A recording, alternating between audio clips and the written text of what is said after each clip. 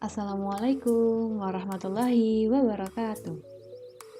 Sebelumnya perkenalkan, nama saya Lulu Khairunisa.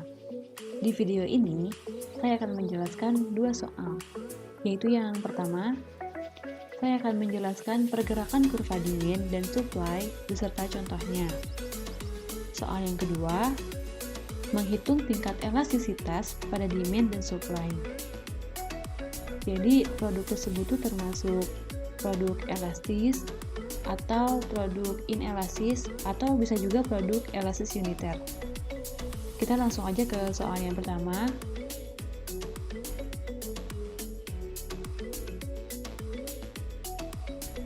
Yang pertama yaitu kurva e-book.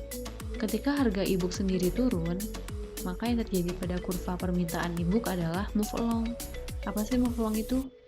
Move along yaitu perpindahan titik ke titik lain dengan garis yang sama. Bisa dilihat dari kurva tersebut. Lalu ketika harga e-booknya turun, maka permintaan pada e-book itu meningkat karena harga sedang murah atau turun. Kembali ke hukum demand, yaitu ketika harga turun maka permintaan akan naik. Lalu yang kedua yaitu e-book reader. Ketika harga e-book turun, maka kurva permintaan e-book reader akan bergeser ke kanan atau shifting to the right. Karena e-book permintaannya sedang tinggi, maka e-book reader pun mengalami permintaan yang tinggi juga, walaupun harganya tetap sama, karena e-book merupakan barang komplementer atau barang pelengkap. Lalu yang ketiga yaitu buku cetak. Buku cetak merupakan barang substitusi atau barang pengganti. Jadi ketika harga e-book turun, permintaan kan naik. Karena permintaannya sedang naik, maka penggantinya e-book tuh buku cetak, permintaannya pun turun. Kenapa turun? Karena buku cetak termasuk barang substitusi. Jadi mereka akan membandingkan harga yang lebih murah, yaitu e-book. Soal 1B.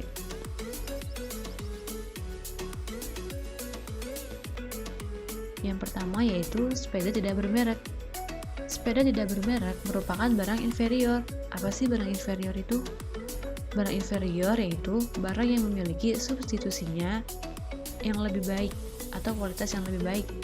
Sehingga ketika pendapatan naik, masyarakat akan memilih kualitas sepeda yang lebih baik dan juga terkenal, maka kurva permintaan terhadap sepeda tidak bermerek yaitu shifting to the left atau perpindahan ke kiri. Lalu yang kedua, sepeda bermerek. Sepeda bermerek merupakan barang superior.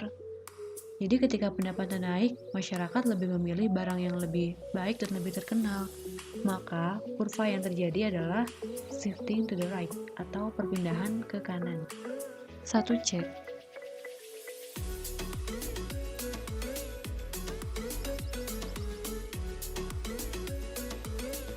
Yang pertama itu kurva hand sanitizer. Ketika harga hand sanitizer sendiri naik, maka yang terjadi pada kurva penawaran adalah move along. Lalu ketika harga naik, maka penawaran pada hand sanitizer itu meningkat karena harganya sedang naik. Maka pendapatannya pun ikut naik sehingga produsen akan memproduksi lebih banyak. Lalu yang kedua, ketika harga hand sanitizer naik, sebagai produsen akan memproduksi lebih banyak produk tersebut. Kenapa?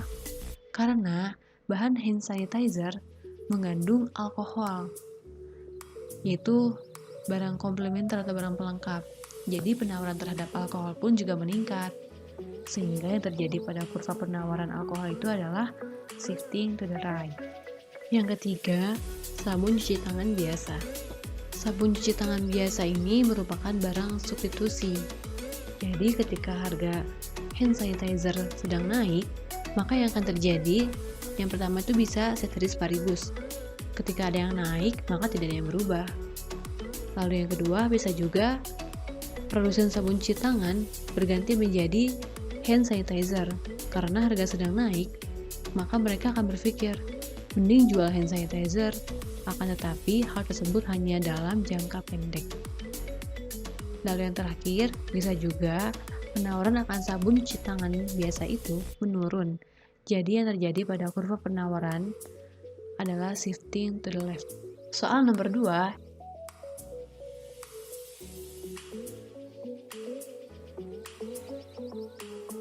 Langkah pertama yang akan kita lakukan yaitu keseimbangan dari persamaan berikut dengan rumus QS sama dengan QD.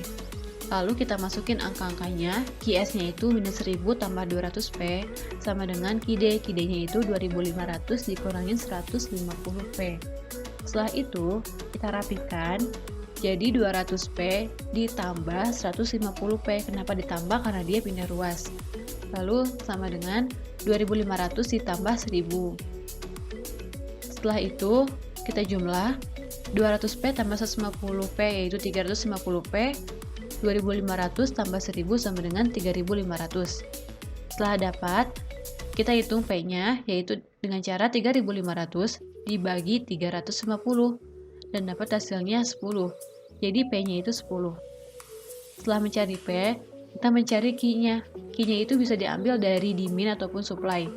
Karena kalau dihitung itu hasilnya bakal sama aja. Di sini saya mengambil dari demand, yaitu angkanya 2500 dikurangin 150P.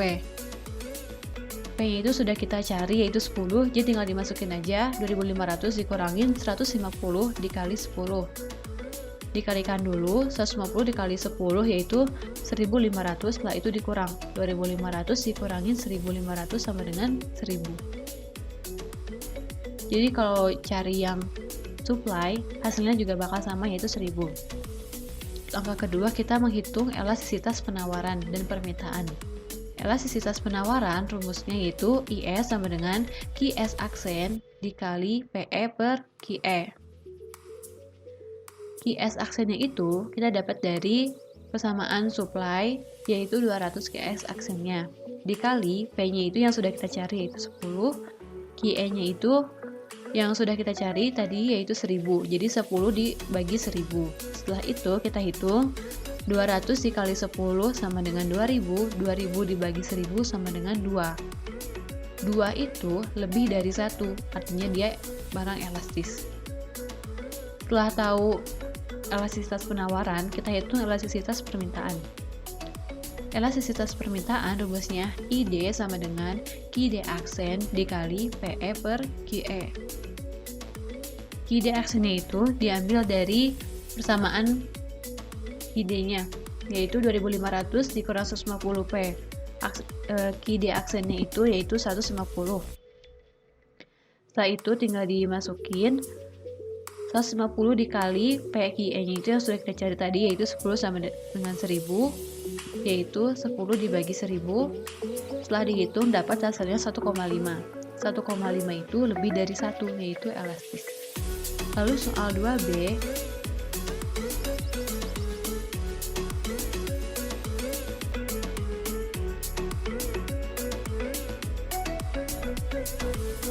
langkah pertama seperti yang tadi, yaitu mencari keseimbangan dari persamaannya. Karena di sini diketahuinya PS sama PD, maka rumusnya itu jadi PS sama dengan PD. Caranya sama kayak yang nomor 2A tadi. Jadi di sini saya dapat hasil Q-nya itu 20, P-nya itu 60. Lalu cara yang kedua yaitu menghitung elastisitas penawaran dan permintaan.